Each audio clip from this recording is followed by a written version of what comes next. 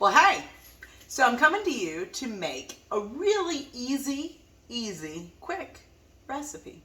It is using one of our premium products, the pressure cooker. And what we're gonna make is 5-ingredient chili.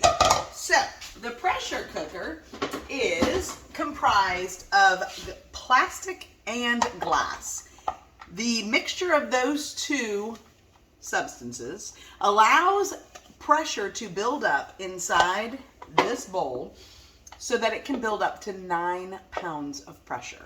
All right, kind of crazy, right? All in the microwave, yeah. So we've got a seal that helps to keep it nice and closed.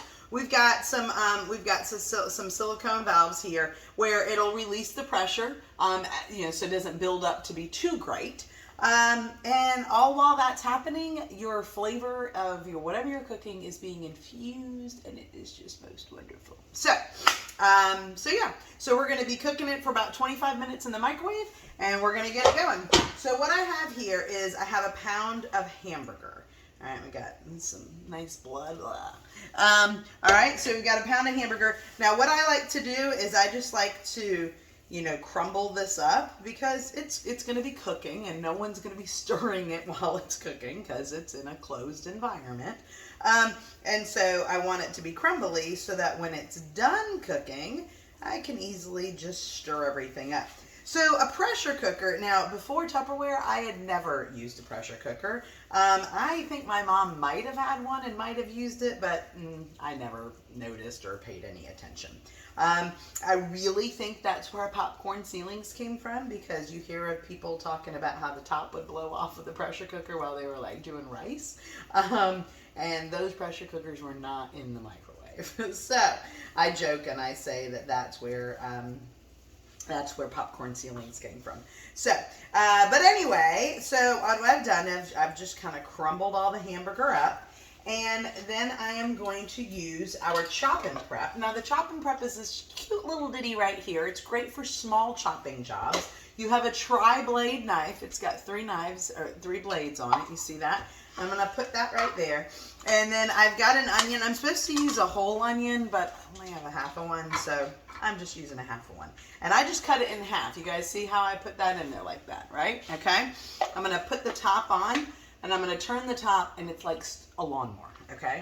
So I put my hand on top. On the bottom, I've got a little silicone kind of bottom on it to help give it some grip to your countertop, and I'm going to pull. And as I'm pulling, you see what's happening? It is chopping. And look at that. How easy is that? It is so easy. So now I am going to remove the blade, and I am going to dump. I'm going to use my silicone spatula just to get all of the yumminess out. All dishwasher safe. Now the blue part of this top doesn't need to be put in the dishwasher because it really doesn't get dirty. And you don't want the wear-resistant cord here to necessarily get wet and then not have the ability to dry. So take a nice little citrus peeler, pop it in the little hole there, and it separates. Put that on the side of the sink, and this goes in the dishwasher. All right, that's really what I use my citrus peeler for the most. All right, now I'm doubling the diced tomatoes. So it calls for 1 can of diced tomatoes, so you're going to see that on the recipe. But just with anything, you want to do it to your liking. And so I'm using the can opener. And I am going to talk about the can opener when I open this next one because I didn't do a very good job at talking about what I was doing. So, with the Tupperware can opener, and look how clean that is. I've been using this can opener for years. So, the reason why it's so clean is because it never touches the food. It's not cutting the can, therefore it's never part of it's not getting inside the can. Think about your can opener that you use that hangs on the side of the can and you turn. Yeah, not this one. All right, so what you do is you open the legs, you put it on top of the can, you close the legs, and now it's holding on to the can. You see that? All right, so we know we got a good grip. And then you turn. All right, and I'm purposefully leaving this arm off the camera so you're not seeing the nice flaps. I'm good. I've gotten good at this. Now, once it makes it all the way around, you can hear a little click. I don't know if you heard that because I was talking. Open up the legs again, and we have a little beak right here, this little beak. And so I'm going to hang that on the lip, and I close the legs, and then I just turn a little flip of my wrist like that. It's a little awkward when you first start doing it because you're not used to it. Your muscle memory is telling you to open the can another way because that's what we're used to doing. But not with the Tupperware can opener. Now, I've really made a little bit of changes to this. I had made a whole bunch of Great Northern beans. I'd actually soaked them in the pressure cooker and then cooked them in the pressure cooker. And so I made, I had a bag of just raw beans and I made them. So this is them frozen. All right. So instead of using a can of beans, I am using frozen beans. Okay. And I just kind of cracked that up to get that on there. All right. And so then I've got a tablespoon.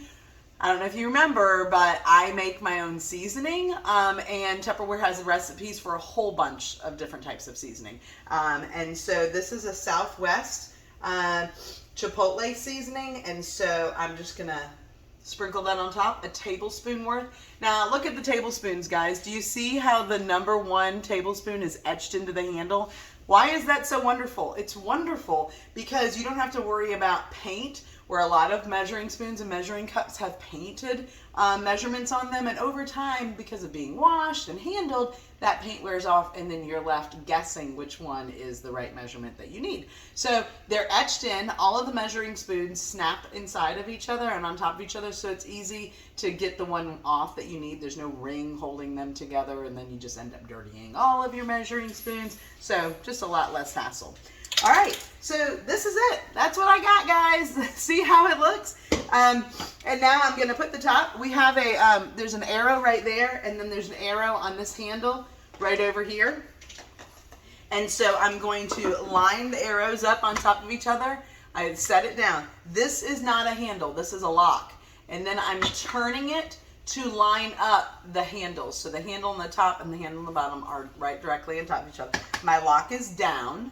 All right, and I'm ready to put it in the microwave for 25 minutes. Then it's going to depressurize, and then we're going to open it up and see our chili.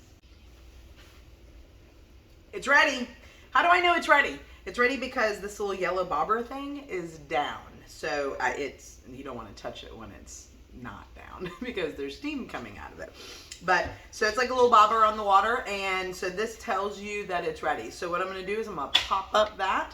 Now, the handles of this they're warm, but they're not like crazy warm. Like I could walk to the neighbor's house with it. And then what I'm going to do is I'm going to touch here. Now, this is a little bit warmer, so it's going to be a quick turn. I hold on to the bottom handle, and then I turn it so that these arrows are lined up again. All right, you're going to want to open away from you. Why? Because there's a lot of steam that's going to be released, okay? And when it's released, you don't want it hitting you in the face. And yeah, because you won't be able to see if you're wearing glasses. All right, so here we go. So, whoo, there we go. All right, so everything, of course, like I said, no one's inside mixing it. So I am going to get the ladle, and I am going to mix it up. And as you see, everything is cooked. And like I said, I like my chili a little bit more watery. And I'll just kind of break that hamburger up. The seasoning got all infused, and it's just going to be oh so good. So I am going to put some cheese on it. Who doesn't love cheese on it? I love Fritos. Some people like oyster crackers, so you do with it what you want. But you can modify the recipe however you like. Because that's what it's all about. All right, I hope you guys learned some new things.